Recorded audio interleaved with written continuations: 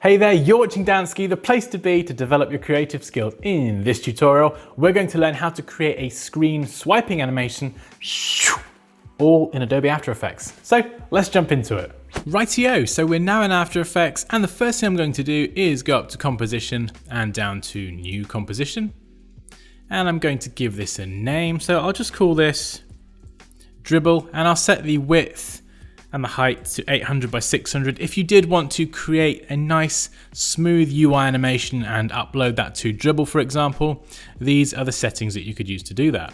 We'll keep the frame rate at 30. You can go for 60 to get a super silky smooth animation, but just bear in mind that it will increase your file size at the end. The duration, 10 seconds, totally fine. And the background color, well, let's just pick a color for now.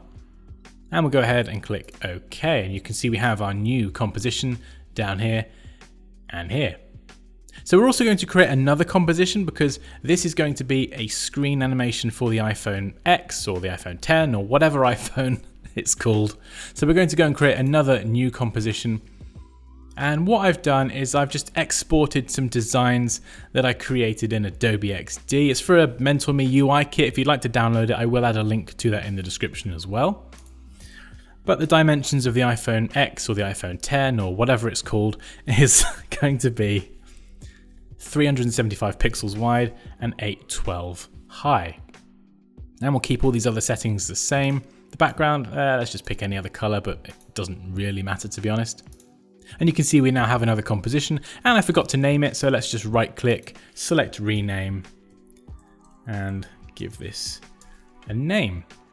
So you can see down here we have our two compositions. We have our main Dribble composition here, and we have the iPhone one as well. And you can see the size of this matches the artboard size of the iPhone 10. So if you are designing in something like Adobe XD, just export your artboard as a PNG, and then you can drop it straight into here. In fact, that's what we're going to do next, is import those PNGs.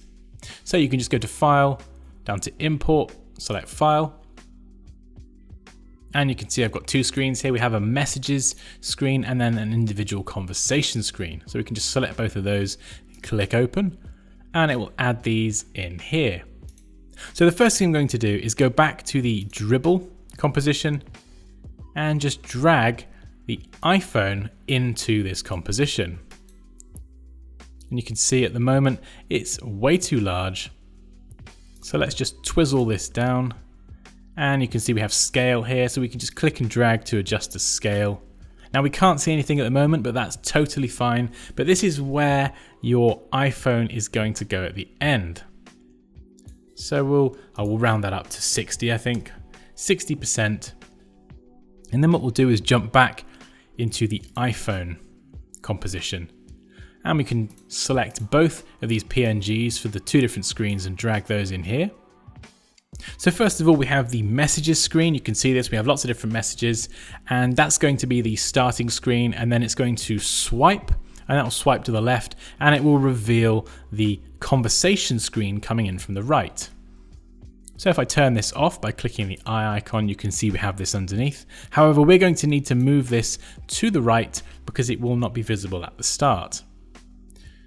So what we can do is we can twizzle this down and adjust the position. So I'm just going to click and drag, and this left value here adjusts the X axes, the horizontal axes, and of course you can adjust the Y if you want to. However, we're just going to be creating a swiping motion, so we're not going to need to do that. And this is why it's quite handy to have a background color as well, because I can zoom in right now and just check down to the last pixel that you can see here. That is exactly offset the exact width of the artboard. So we've essentially offset this by 375 pixels. And we can zoom back out. And then I can turn this one back on. So you can see we have our main screen here. And then the screen that's going to come in, that's going to swipe in, is going to be this one. But at the start, it's going to be out of view.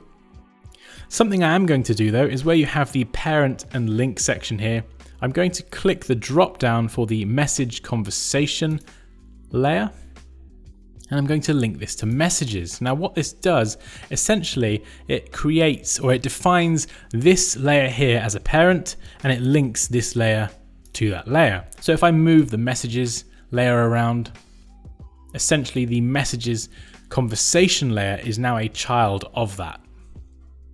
So this is really, really good. So I'm just going to make sure that my playhead is all the way at the beginning, 0 seconds. And what we're going to do is, now that this is a child, we only need to animate the main messages screen, and this one will just follow it along. So first of all, we're going to scrub in about 1 second, I think, just so we have a second to take in this screen before the animation starts. And we can just check over here, 1 second. And what I'm going to do is select the position stopwatch, and you'll see what that does is add a keyframe here. And I want this animation to play out over the course of, well, let's say half a second.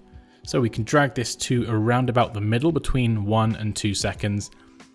And just check over here. You can see that it's got 1 and 15. So essentially 15 is half of 30, which is our frame rate. So we know that that's exactly in the middle. If I move it either side, you can see it changes slightly.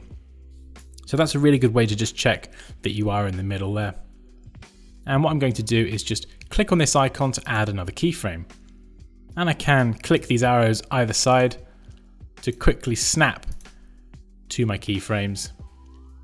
So on this second keyframe, I'm now going to grab that position and move this all the way along. And again, I can just use that zoom tool from the toolbar at the top, zoom in nice and close, and make sure it's perfectly lined up. You can of course enter certain values in here by clicking if you want to get precision that way, but you can also just zoom in and do it by eye. Depends entirely on how you like to work. So if we scrub back to the beginning now, we have a whole second of nothing just to look at the animation, to look at the UI, sorry. And we can then scrub and we see the UI play. So let's just press spacebar on the keyboard and we can watch that play out. That looks fine. It's a very constant animation. We need to go and adjust the easing on that just to make it a little bit smoother, a bit more reminiscent of what you would get on a really good mobile or app experience. So what we'll do is we'll select this second keyframe here and select the graph editor. Now this is quite complicated and I'm still learning this myself, but with that keyframe selected, we're now in the graph editor. We can click Easy Ease.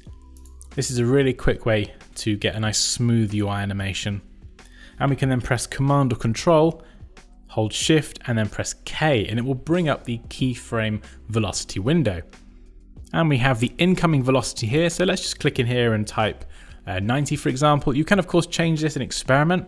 We'll leave the outgoing velocity as is, click OK, and you can see we get much more of a curve there.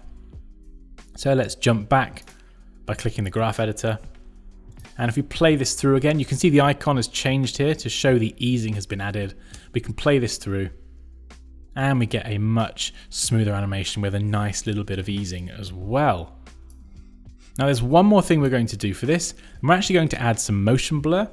And especially if you're working at lower frame rates, this can really help mask any non-smoothness. It just helps smooth everything out and it can actually look quite cool as well.